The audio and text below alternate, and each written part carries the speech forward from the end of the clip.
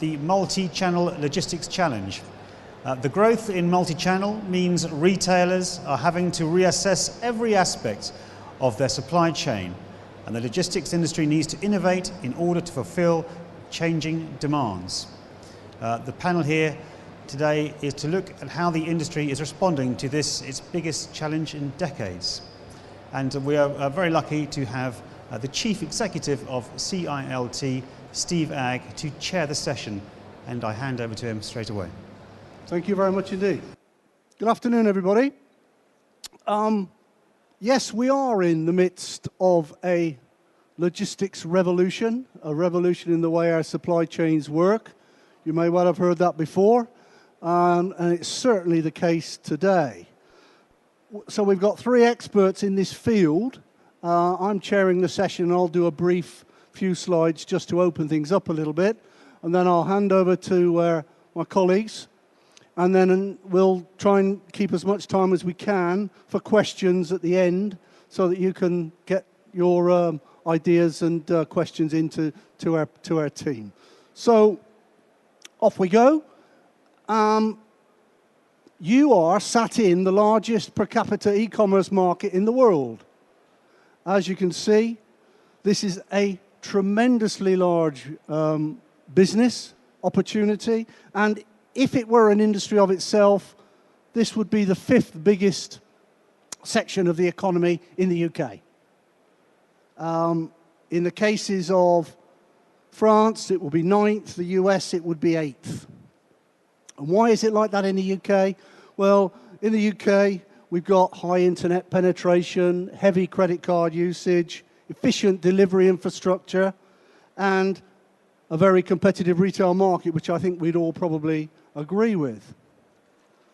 Some numbers for you to look at on the size of the markets and the direction in which they're heading.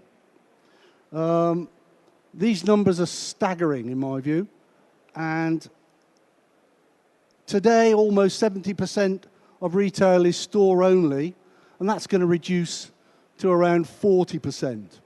You'll hear much more of this, I'm sure, with our other three colleagues on the panel here. Now, what's this doing to the high street? We all bemoan the fact that our high streets have got lots of empty shops in them. Well, it's going to get worse. As you can see, the way that with the channel shifting, with the way that we shop, with the way that we get the stuff of life, you can see the direction it's taken thus far, and it's only going to get worse, as I said. 30% fewer chain stores in towns by 2020. The issues of what we do with that vacant space or what we do with our high streets is a challenge which is going to test lots of other people other than logistics, supply chain or retail businesses. It's certainly going to test the politicians, the regulators, and all of us as people who want to use and value those high streets and the benefits that they bring to us as society, not just as retail propositions. So this market is changing very, very rapidly. And a few examples of the way, the opportunities that there are in terms of the way that consumers get this stuff of life. And there are many options, and there are increasingly complex matrix opportunities to enable us as customers to be served. And customers, I think, is a key element here, a key word. So we are all, of course, customers, consumers. We're also perhaps involved in serving customers and consumers, whether as retailers or in the e-commerce environment or as supply chain professionals. So we're all interested in this, and this is having a transformational impact on the way that supply chain works, and will continue to do so into the future. So what do we expect as customers? We get down to perhaps that actual interface level. Well, as well as all the change, the technical change that is going on and which is enabling these shifts in the way that we shop and consume, the technical change is tremendous. The behavioral change in us as consumers is also significant as we seek to take advantage of the opportunities of change and to get things in a way in which we want them. But of course, as customers, their expectations don't reduce because there may be added complexity in the way that we seek to get the product or service that we're buying. We still have the expectation that we want everything to be perfect. We want everything to happen now. We want all the choice that we've ever had. And yes, we'll have some more, please. Oh, and of course, we want it 24 hours a day, 7 days a week, all those things. So customer expectations are givens in many cases. But let's not forget the role of the people who work in these supply chains.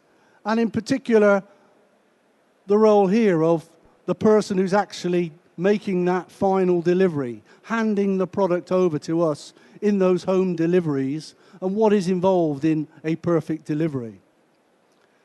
And the success of all of the technical change, the success of all the innovation, the success of all of the choice, very much comes down to people.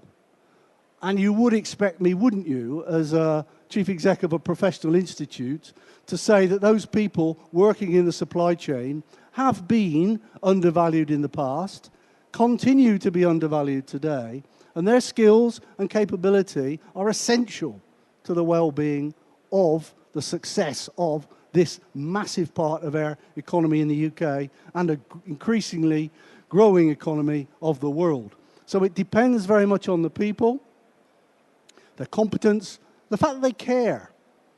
And of course, this all makes the supply chain, this is a real big benefit for me, this all makes the supply chain much more visible to every member of society, to all of the consumers, and hopefully raises the awareness of the value that supply chain brings to the economy of the UK and the economy of the world.